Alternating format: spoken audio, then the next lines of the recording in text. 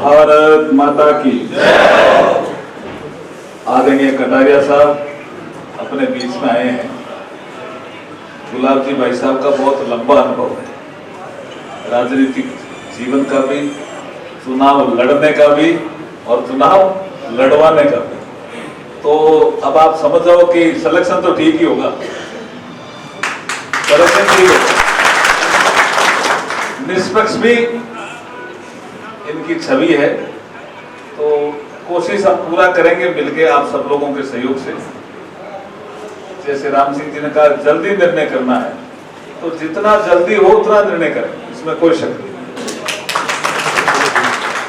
हमारे संभाग के प्रभारी श्री माधोराम जी चौधरी साहब, हमारे प्रदेश के कोषाध्यक्ष पंकज जी गुप्ता, हमारे जिले के अध्यक्ष धर्मवीर पुजारी, हमारे जिले के प्रभारी रामगोपाल जी सुथार, हमारे प्रदेश के उपाध्यक्ष मुकेश जी दादीज, हमारे लोकसभा के पूर्व सांसद और हमारे साथी आदरणीय राम सिंह जी कस्मा साहब, जिला प्रमुख वंदना आर्य जी, ओम जी सारस्वत, हरलाल जी सारण पूर्व जिला प्रमुख, राकेश जी जगरवाल जी और अन्य सभी पदाधिकारीगण, सामने बैठे हुए सभी कार्यकर्तागण, मातृशक्ति और पत्रकार साथी।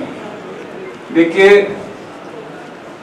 लोकतंत्र में हमारे संविधान निर्माताओं ने ये तय किया कि 5 साल में हमारे चुनाव हो, विधानसभा के और लोकसभा के। कब तय किया? जब देश आजाद हुआ, संविधान बनने लगा। उसमें यह विषय भी आया कि कोई इस्तीफा दे गया तो क्या करोगे, किसी की बीच में डेथ हो गई तो क्या करोगे। तो उन्होंने कहा अगर 6 महीने की अवधि से कम अवधि बची है तब तो कोई चुनाव नहीं होगा, और ज्यादा बची है तो चुनाव होगा। तो ये उस समय उन्होंने सोचा संविधान निर्माताओं। तो अब यहाँ चुनाव तो हुआ था, कांग्रेस के प्रतिनिधि जीते थे, वो हमारे बीच में अभी नहीं रहे। तो लोकतंत्र में ये उपचुनाव हमारे सामने है, ये हमारी संवैधानिक व्यवस्था है, इसका मैं जिक्र कर रहा हूं। अब संवैधानिक व्यवस्था में उपचुनाव है। अब उपचुनाव कोई कुछ लोग कह रहे हैं कि भाई 23 में तो फिर चुनाव है, फिर ये उपचुनाव है। तो ये जो चुनाव आपका 22 का है, करीब करीब मेरे ख्याल में ठीक साल भर का ही समय होगा। ये अपना रिजल्ट 8 दिसंबर का आएगा, 8 का, और अगला चुनाव भी उसके आसपास ही है। नहीं, चुनाव रिजल्ट उसी समय आएगा करीब करीब। हाँ, तो एक ठीक साल पर बाद इसका चुनाव है। तो अभी मैं पत्रकार तो निकल के हवाला की खड़ा है लाट है, हमारी भाषा तो समझ में आ रहा था, ठीक है, आई बोली चाहिए था, नहीं आई ठीक लगे था। तो मैं मैंने पूछता क्या उपचुनाव है, ये में कोई राज थोड़ी बदले, राज तो कोई नहीं बदले भाई जी, बचीड़ तो जोरू बाजे अगर और जोरू बाजे बची। और मुकेश जी मैंने कहता, मैं पूछो यहाँ हमारी बातचीत होती रहे।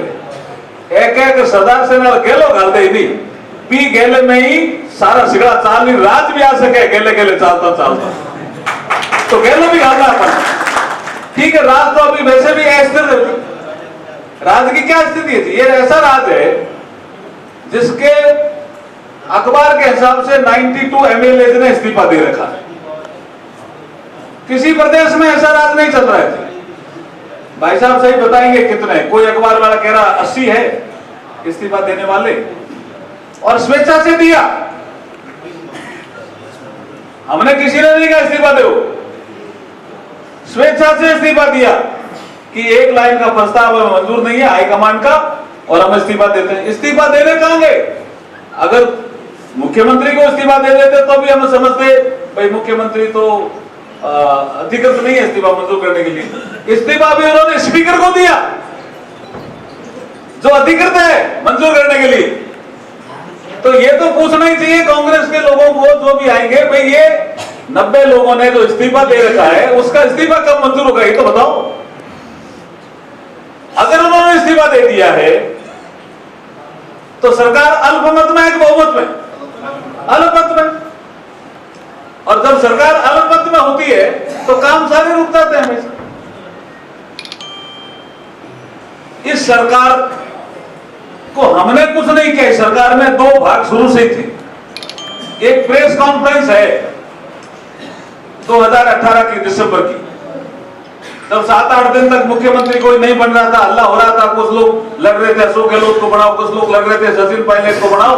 तो अचानक वहां से घोषणा हुई कि अशोक गहलोत बनेंगे और डिप्टी सीएम सचिन पायलट रहेंगे। प्रेस कॉन्फ्रेंस है ये, मेरी बात नहीं है।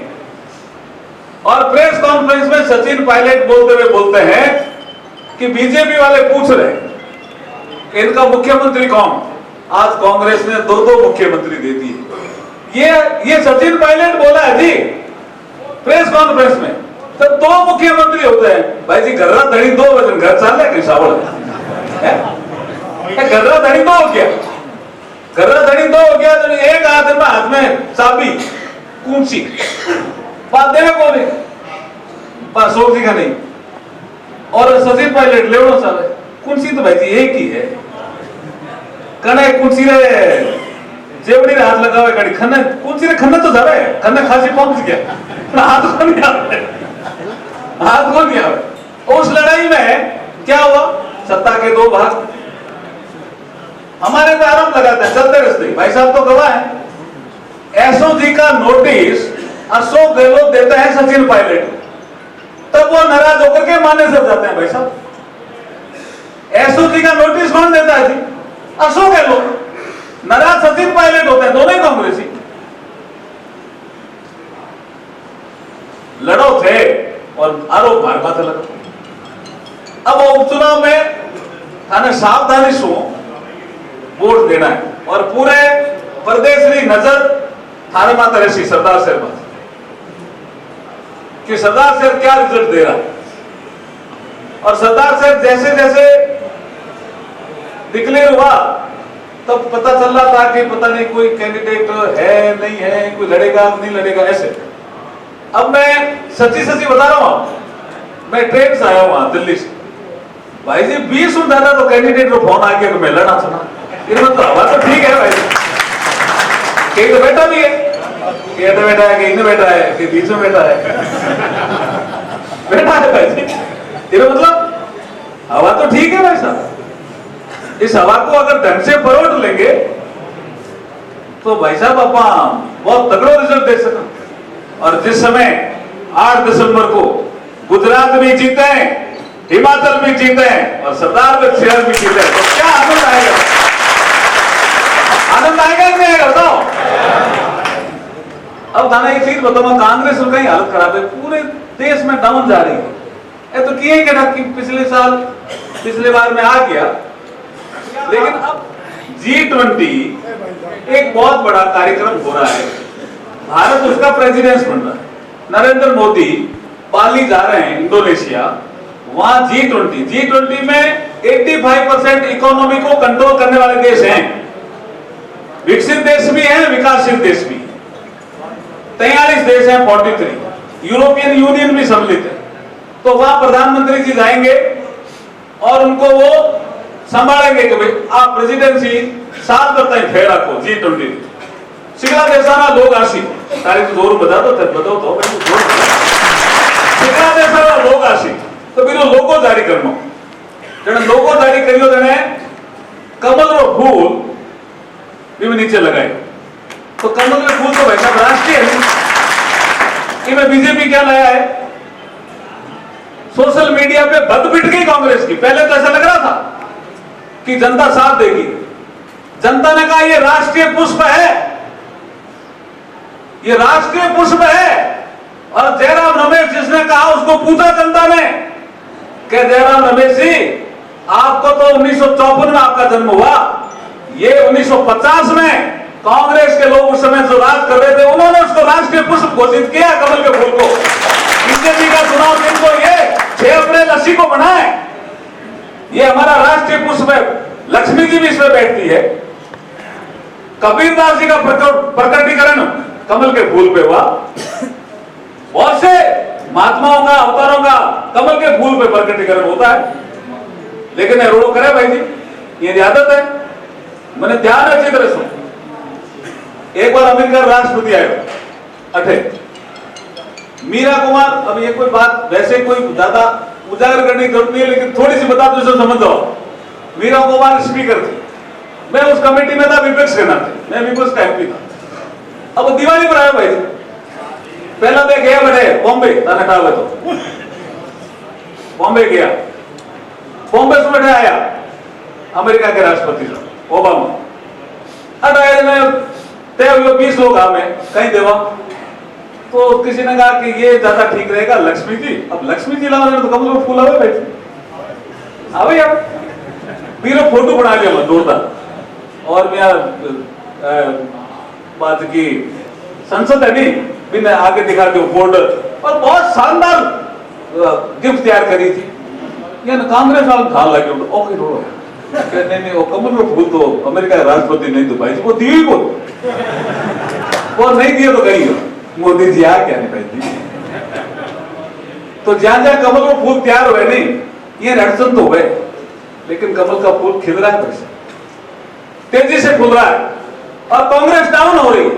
तो जब कांग्रेस डाउन ही हो रही है, तो यहां सरदार साहब में अब करने का फायदा क्या है वैसे? आपको समझना है ये चीज। अब देखो 2 योजनाओं का जिक्र करूंगा, फिर भाई साहब बोलेंगे डबल इंजन की सरकार क्यों जरूरी है। आपको रास्ता डालना पड़ेगा जी, डबल इंजन का सरदार साहब से रास्ता पड़ेगा इसका। अब आप देखिए प्रधानमंत्री आवास योजना सबको फायदे की योजना थी ना, गरीब आदमियों की योजना थी, गांव मकान बन रहे थे। बीजेपी के राज में ज्यादा बने, जैसे अशोक जी आए कम हो गए कि नहीं, ब्रेक लग गया, लगा कि नहीं लगा बताओ? तो ब्रेक लगे तो योजना का नुकसान हुआ ना भाई साहब।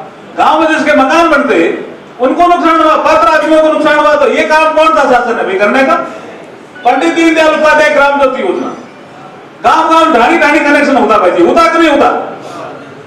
अब पंडित दीनदयाल का नाम जुड़ा हुआ था, इसलिए योजना ही बंद कर दी भाई जी। रहेगी दिमाग भरना रह गया भाई जी। यहाँ बाढ़ में कहीं पता समझो, हाँ की को नहीं भाई जी, आगे चाहे बोले मंडा ऐसा काम करते थे। ये काम करने की इनका ढंग है। प्रधानमंत्री आवास योजना इतनी सुंदर योजना, उस पर ब्रेक लगा दी। पंडित दीनदयाल ग्राम ज्योति योजना, गांव गांव कनेक्शन होना, हर किसी का जो पात्र है उसके कनेक्शन होना, उसको बंद कर दिया। तो ऐसे राज को सबक सिखाना है या नहीं, ये बताओ मेरे को। ऐसे राज को सबक सिखाना है या नहीं? अगर सबको सिखाना है तो ये लोकतंत्र में अवसर आया है, उसका लाभ उठाओ और जबीरो तो भाई साहब जोर बजाओ सरकार।